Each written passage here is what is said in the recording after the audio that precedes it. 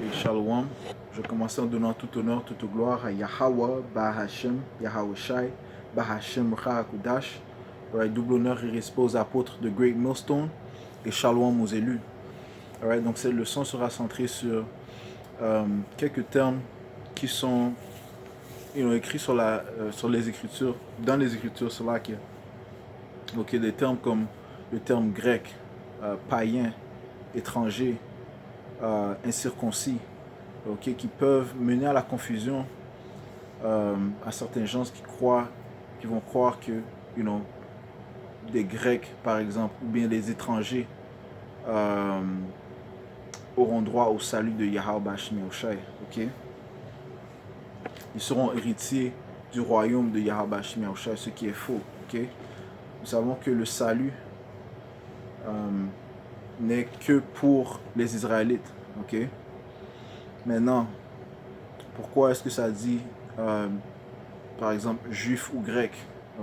Il n'y a ni juif ni grec, par exemple. Eh bien, il faut comprendre que le peuple d'Israël a été dispersé dans toutes les nations du monde.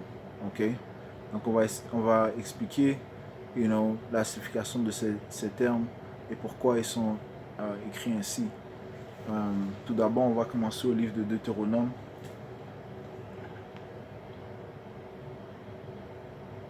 Deutéronome chapitre 28 et verset 64.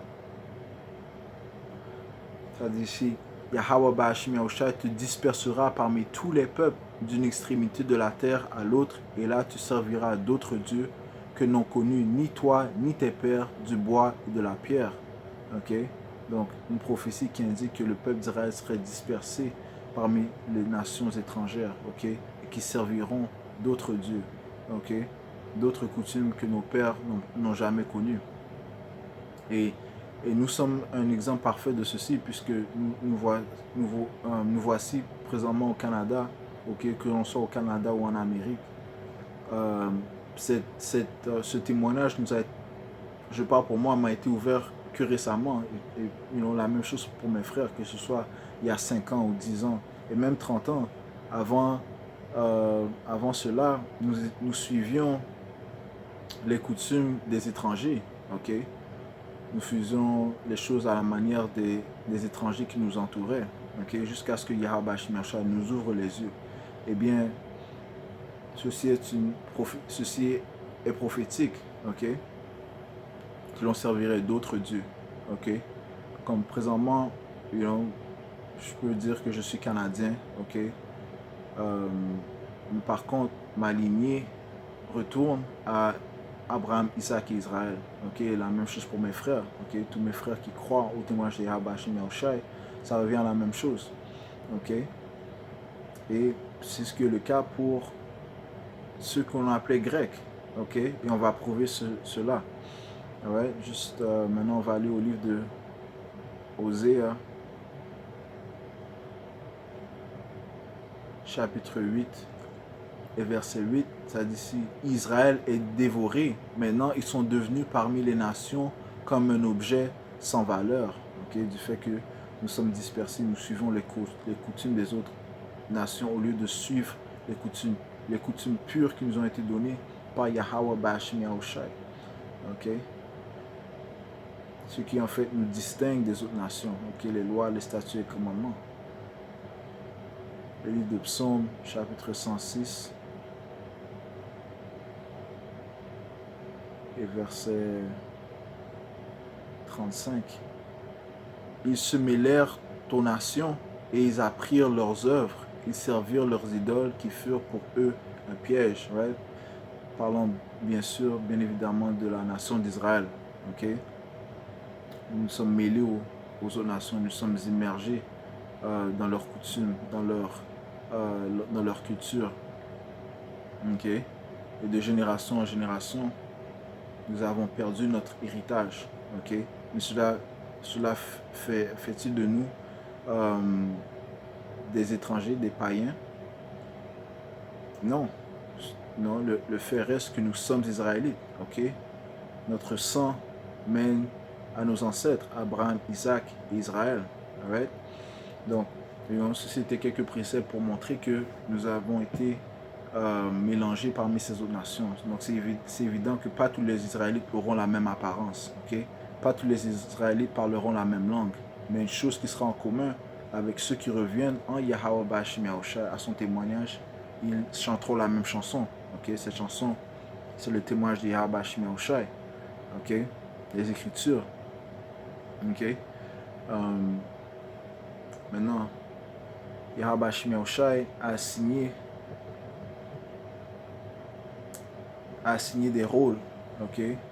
Il avait assigné le rôle à Pierre étant à la tête de l'Église. Ok. Et il a aussi assigné un rôle à Paul. Paul a été envoyé pour prophétiser, pour annoncer la parole aux étrangers, aux païens. Ok. Maintenant, lorsque ça vient aux païens, il y a deux types de païens. Ok. Il y a les païens naturels qui sont les hommes ou femmes des nations étrangères, ok? Et il y a les païens non naturels, ce qui consiste des Israélites qui sont parmi ces autres nations, qui suivent les coutumes de ces autres nations, mais par contre, encore une fois, leur lignée, leur sang mène aux hommes qui ont reçu la promesse de Yahweh Shai, Abraham, Isaac et Israël. Ok? Donc, ils sont des enfants d'Israël. Ok? Donc, païens naturels, hommes et femmes de d'autres nations, païens non naturels, les Israélites qui ont l'air des autres nations, qui suivent les coutumes des autres nations, mais qui sont par contre Israélites. Ok? Alright? Donc, allons au livre de Galates, chapitre 2, et verset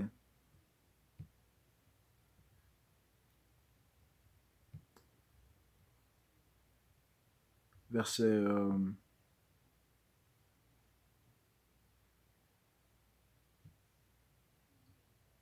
7. Au contraire, voyant, Galates 2, 7. Au contraire, voyant que l'évangile m'avait été confié pour les incirconcis, comme à Pierre pour les circoncis. Ok? Donc, c'est là qu'il y a.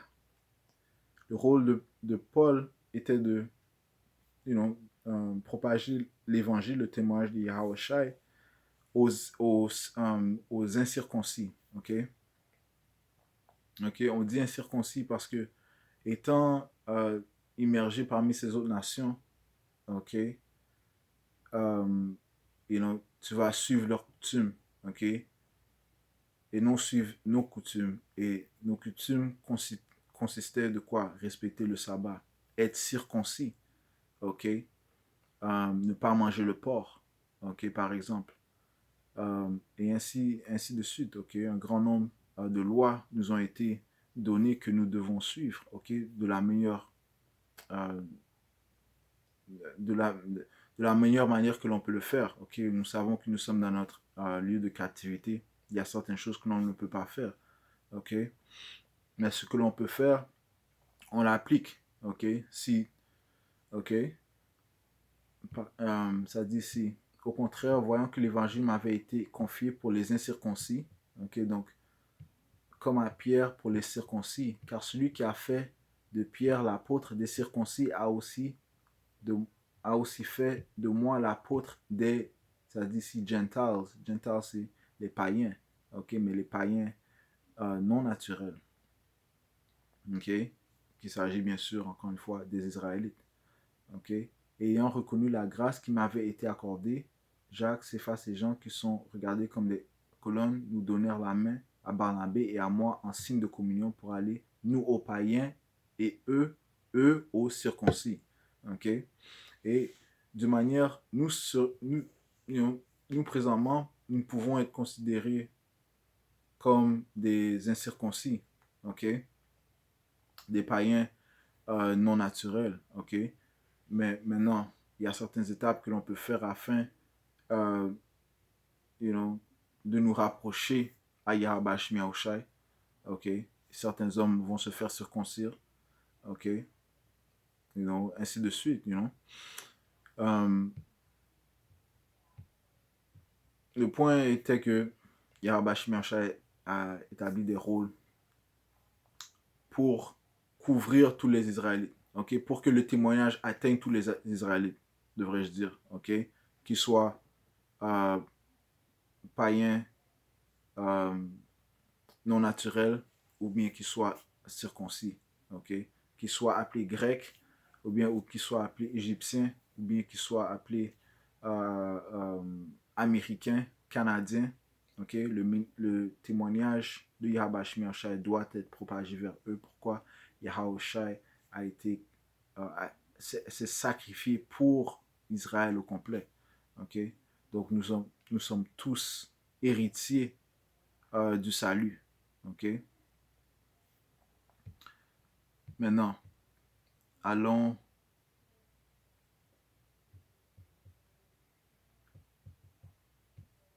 allons au livre de Jean, chapitre 7 et verset 34. Ça dit ici: vous me cherchez, c'est Yahushua qui parle, vous me chercherez et vous ne me trouverez pas, et vous ne pouvez venir où je serai.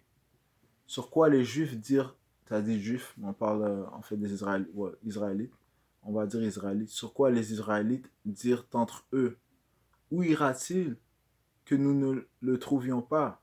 Ira-t-il parmi ceux qui sont dispersés chez les Grecs et enseignera-t-il les Grecs? Donc ils savaient qu'il y a plusieurs Israélites qui ont été dispersés parmi les Grecs. Ok? Alright? Ira-t-il parmi ceux qui sont dispersés chez les Grecs et enseignera-t-il les Grecs? Ok? Donc, ce sont quand même des Israélites, ok? Qui ont été dispersés parmi les Grecs et maintenant on les appelle des Grecs. Ok? Donc, il y a les. J'ai utilisé des termes anglophones et grecs. Ok? Il y a les Hellenistas. Ok? Hellenistas parlent des Israélites qui savent qu'ils sont Israélites et qui pratiquent les coutumes des Israélites, mais qui vivent parmi les autres nations. Okay? Il s'agit, on les appelle des Hellenistas. Okay? Lorsqu'on va dans la définition du mot grec. Okay? Et il y a aussi, on peut aussi les appeler les Grecians. Okay? Donc il y a Hellenistas, aussi appelés Grecians, sont les Israélites qui, qui sont revenus à leur héritage, qui savent qu'ils sont Israélites et qui euh, pratiquent les coutumes des Israélites, mais qui vivent parmi les autres nations. Il y a de plus les Hellen ou bien hellénistes. Il s'agit des Israélites qui ne savent pas qu'ils sont Israélites et qui ne pratiquent pas leur héritage, leurs coutumes, okay, les lois, les statuts et les commandements, mais qui suivent les coutumes des nations où ils vivent, ok? Euh, spécifiquement les coutumes grecques, ok? On va mettre l'emphase sur le grec, puisque nous avons subi une grande période, lorsqu'on visite l'histoire, la période de l'hellénisme, okay, du fait que euh, la Grèce était un grand empire et ils ont conquéri plusieurs royaumes, ok? Et euh, avec cela, bien sûr, vient l'implémentation de leurs coutumes, ce qu'on appelle euh, l'hellénisme, ok? Et nous avons souffert l'oppression des Grecs, ok? Et c'est pour ça qu'il y a des Israélites qu'on appelle hellénistas et d'autres qu'on appelle Hellen, ok? Grecians ou bien Greeks, ok? Et on va relire le verset 35. Et sur quoi les Israélites dirent entre eux: où ira-t-il que nous ne le trouvions pas? Ira-t-il parmi ceux qui sont dispersés chez les Grecs et enseignera-t-il les Grecs? Alright? Donc on va visiter cette histoire que l'on trouve dans le livre des premiers Maccabées, ok? Ici dans la Tob, alright? Et, ceci est dans dans les apocryphes, aussi appelés en français euh,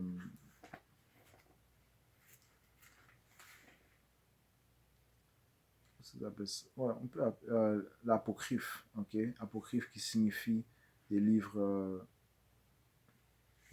cachés, ok? La raison pour laquelle ils ont caché ces livres, c'est parce qu'il y a toutes sortes d'histoires, ok? L'histoire est importante, ok? Et nous avons besoin de ces livres afin de comprendre les termes utilisés dans les Écritures, ok? Les termes grecs, grec, euh, euh, Grecians, ok? Ok, et on comprend en fait ce qui s'est passé dans le temps lorsque nous étions sous, euh, sous l'autorité des Grecs. Alright? On va commencer au livre de 1er Machabée, chapitre 1 et verset 7. Alexandre avait régné 12 ans quand il mourut. Ses officiers nobles prirent le pouvoir chacun dans son fief. Ok?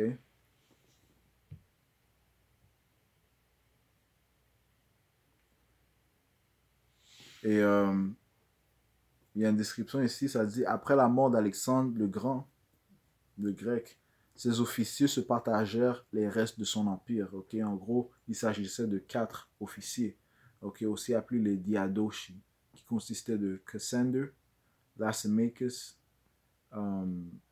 Ptolemy et Cassander, Lysimachus, Ptolemy et Seleucide, Seleucide, ok. Donc, ils ont en fait séparé les différents royaumes que Alexandre a conquéris. Ils les ont séparés entre eux. Il y a aussi plusieurs guerres qui se sont passées entre euh, ces officiers. Okay? Mais je vois ici une autre que je n'avais pas lue, je vais la lire. Ça dit ici après la mort d'Alexandre le Grec, ses officiers se partagèrent les restes de son empire. En Asie, Syrie, Mésopotamie, Iran. En Asie, ok. Donc, il s'agit de Syrie, Mésopotamie et Iran. Alright, donc c'est parti ici. La Mésopotamie, l'Asie qui consiste la Turquie. Ok, ça dit ici. Le pouvoir furent pris par la famille des Seleucides, Seleucus et ses successeurs. Ok, un des Diadochi. Donc, il avait environ cette région ici. Ok, ça dit ici. En Égypte, il fut pris par les Lagides. Ok, donc Ptolémée. Il s'agit de Ptolémée, ok? Il avait cette région-là, la région d'Égypte, ok? En Égypte, il fut pris par les Lagides, Ptolémée, fils de Lagos, et ses successeurs. La Palestine, attribuée d'abord aux Lagides, resta disputée par les deux dynasties. En 198 avant J. Yahusha est passé sous la domination des Séleucides, ok? Donc, avant, ok, euh, Israël était dominé par Ptolémée. Mais par la suite, euh, le camp de Seleucide, ils ont, ils ont take over notre territoire. Ok? Alright. Donc, nous étions. Matter of fact, laisse-moi voir si je peux pull up une map de Diadochi, ok? Voilà une map. Ok? On voit ici la région qui était régnée par Seleucide. Ok? Alright? Mésopotamie. You know, on voit une partie de la Turquie. Je sais pas c'est quelle année cette map. On sait qu'il y a eu plusieurs guerres, ok, entre ces officiers. Mais ici Ptolémée, ok, Ptolémée qui régnait en Égypte, vers c'est Cassander qu'on a mentionné plus tôt, un des 4 Diadochi, et Las Américas. Alright, dans cette partie orange ici. Alright, donc vous pouvez Google les maps des Kadiadoshi. Ok, si ça vous intéresse. Alright, donc c'est quand même important. Et non, pour pointer qui régnait sur nous. Ok, et on sait que Yahweh Hashemashah a établi ces différents royaumes, les Égyptiens, les Babyloniens, les Perses, les Grecs et les Romains. Okay? Et nous étions tous en captivité sous ces différents royaumes. Et en étant en captivité, nous avons eu des enfants avec des femmes de ces nations. Okay? Donc, et il y a des Israélites qui sont restés dans ces différentes nations. Okay? Les Israélites qui sont restés en Assyrie. Il y a des Israélites qui sont restés en Babylone. Il y a des Israélites qui sont retournés en Égypte. Okay? Ceci aussi dans l'histoire. On peut le lire plus tard. Le livre de deuxième Machabée dit qu'il y avait des Israélites en Égypte. Okay? Ils ont formé une communauté en Égypte. Oh ben, hey, comment? Lorsque Ptolémée régnait, il a pris des Israélites en captivité, les a amenés en Égypte. Ok? Ceci aussi est documenté dans l'histoire. Donc il y a des Israélites en Turquie, ok? En Syrie, ainsi de suite. Alright? Donc, encore une fois, les Israélites sont dispersés parmi toutes les nations. Ok? Et maintenant, on va se concentrer sur pourquoi est-ce que dans les Écritures, on dit juifs ou grecs, israélites ou grecs. Alright? Donc, continuons. 1er Maccabée, chapitre 1 et verset 9. Tous saignirent le diadème après sa mort et leurs fils après eux durant de longues années. Ils multiplièrent les maux sur la terre. Okay? Donc on sait que les Grecs c'était des Édomites. Okay? Donc c'est Kadiadosh qui était Édomite et les maux se sont multipliés sur la terre. Okay? Puisqu'on sait que les seules œuvres, les seuls fruits que peuvent apporter ces Édomites, c'est l'iniquité, le vol, le mal, la méchanceté, okay? L'impiété. Ok. Verset 10. Il sortit d'eux un rejeton impie, Antiochus Épiphane, fils du roi Antiochus. Right? Et ce caractère est important dans l'histoire. Ok, Antiochus. Ok, le quatrième. Fils du roi Antiochus, qui après avoir été otage à Rome devint roi en l'an 137 de la royauté des Grecs. En ces jours-là, des Vauriens surgirent d'Israël et ils séduisirent beaucoup de gens en disant: allons, faisons alliance avec les nations qui nous entourent, car depuis que nous sommes séparés d'elles, bien des maux nous ont atteints. Ce discours leur plut, et plusieurs parmi le peuple s'empressèrent de se rendre auprès du roi, qui leur donna l'autorisation d'observer les pratiques des nations. Right? Donc, tout comme il y avait des Israélites, tout comme il y a des Israélites rebelles aujourd'hui, il y a des Israélites rebelles dans le temps. Okay? Qui essaient de convaincre les Israélites de mettre à part leurs lois et de suivre les coutumes des étrangers. Okay? Et de ne pas respecter les lois, les statuts et les commandements que Yahweh Shemosha nous a ordonné de suivre. Okay? Mais de faire les choses à leur manière. Okay? Okay? Suivre leurs propres pensées. On sait que le cœur, si on voit le livre de Jérémie, Jérémie 17 et 9, ça dit: si le cœur est tortué par-dessus tout et il est méchant, qui peut le connaître? Right? Donc, on n'est pas à suivre notre propre pensée. Quand ça part du cœur, ça part de nos pensées. Ok? Il faut suivre les ordres que Yahweh Shemosha, et nous avons été créés pour nous soumettre et être obéissants aux lois et statuts et commandements de Yahweh Shemosha, à la parole de Yahweh Shemosha. Okay? Parce que nous-mêmes, nous sommes vaines. Okay? Nous sommes futiles. Okay? Nos pensées sont futiles. Nos actions sont futiles, à moins qu'ils soient, euh,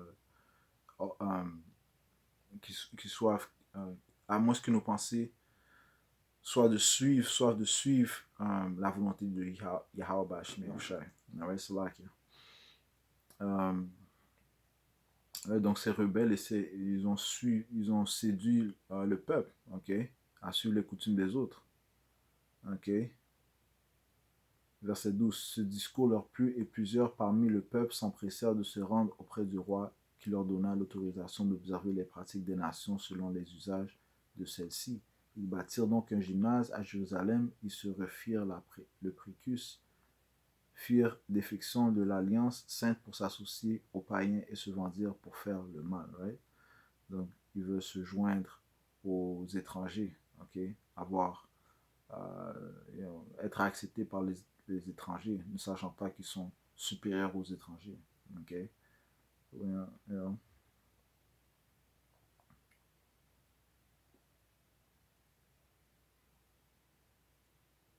Ok.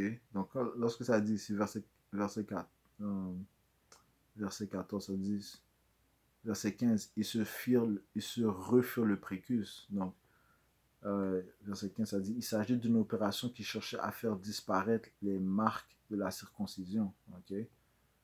Et la circoncision est une loi euh, qui nous a été donnée. Ok. Donc, ces hommes-là poussaient les Israélites à, you know, faire, mettre des marques comme s'ils ne sont pas circoncis. Ok. Verset 16. Quand il vit son règne affermi, Antiochus projeta de devenir roi d'Égypte afin de régner sur les deux royaumes. Entré en Égypte avec une armée imposante, avec des chars, des éléphants et une grande flotte, il engagea le combat contre Ptolémée, roi d'Égypte, qui battit en retraite devant lui et s'enfuit en laissant de nombreux blessés. Les villes fortes égyptiennes furent prises et Antiochus s'empara des dépouilles de l'Égypte. Ayant vaincu l'Égypte, il revint en l'an 143 et il monta contre Israël et Jérusalem avec une armée imposante. Donc, après avoir conquis l'Égypte, il est allé en Israël. Okay. Entré dans le sanctuaire avec arrogance, il prit l'autel d'or, le candélabre de lumière et tous ses accessoires, la table d'oblation, les vases à libation, les coupes, les cassoulets d'or, le voile et les couronnes. Quant à la décoration d'or sur la façade du temple, il l'enleva en entier. Il prit aussi l'argent, l'or, les objets précieux et fit main basse sur les trésors cachés qu'il trouva. Ayant tout pris, il s'en alla dans son pays. Okay, donc il a dépouillé notre terre. Il avait fait un carnage et avait proféré des paroles d'une extrême arrogance. C'est pour ça que ça dit les mots se sont multipliés sur le règne de ces Édomites. Okay? Tout ce qu'ils font, c'est voler, tuer, violer et commettre le mal. En orgueil, avec de l'orgueil. Okay? Et ils vont payer pour ces crimes. Okay? Verset 25. Il y eut grand deuil sur Israël partout dans le pays. Chefs et anciens gémirent, jeunes gens et jeunes filles dépérirent, et la beauté des femmes s'altéra. Le nouveau marié entonna une lamentation, et l'épouse assise dans sa chambre fut en deuil. La terre trembla à cause de ses habitants, et toute la maison de Jacob fut revêtue de honte. De honte. Verset 29. 2 ans après, le roi envoya un percepteur dans les villes de Juda. Il vint à Jérusalem avec une armée imposante. Okay? Il adressa aux habitants de fausses paroles de paix et on le crut. Puis il se jeta sur la ville à l'improviste, lui porta un grand coup et fit périr beaucoup de gens en Israël. Okay? Donc, nous faisions face à une grande oppression sous ces Grecs. Okay? Puis il se jeta sur la grande, euh, verset, verset 31, il pilla la ville, l'incendia, détruisit les maisons et l'enceinte, ils réduisirent en captivité les femmes et enfants et s'approprièrent le bétail. Donc, ils nous ont mis en captivité. Okay? Puis ils rebâtirent la ville de David avec un rempart élevé et fort, de puissants tours, et ce fut leur citadelle.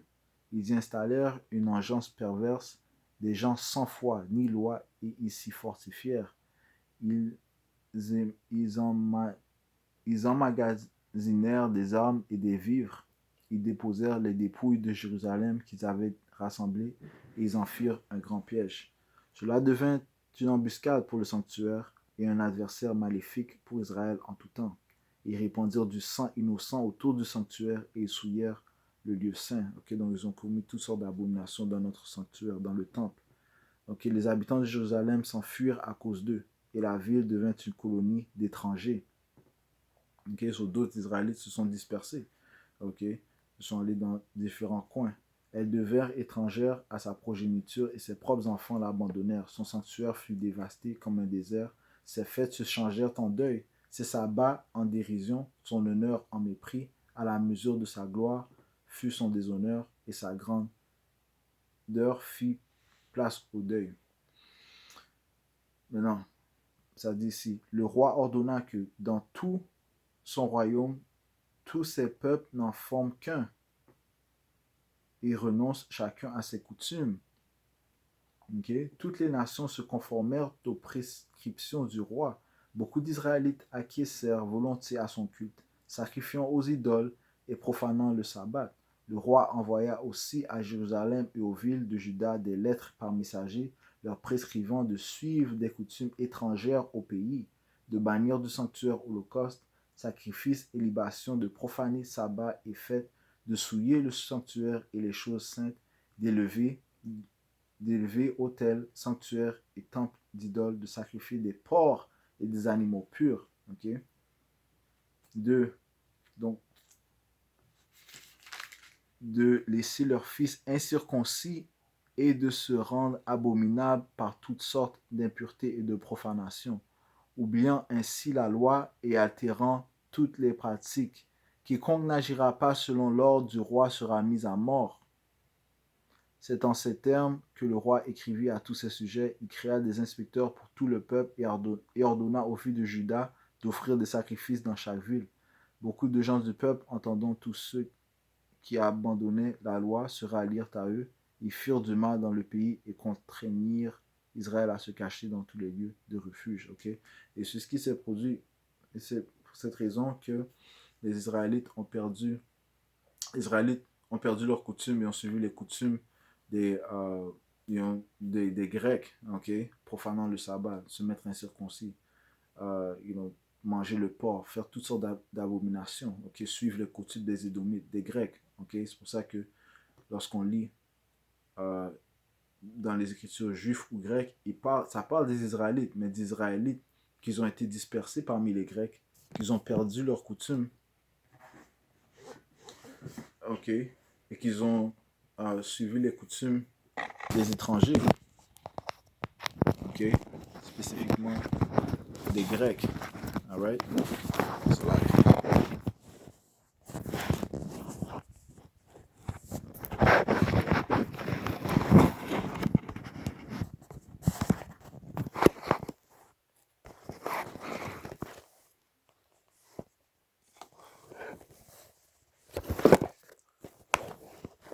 je suis pas santé. All right.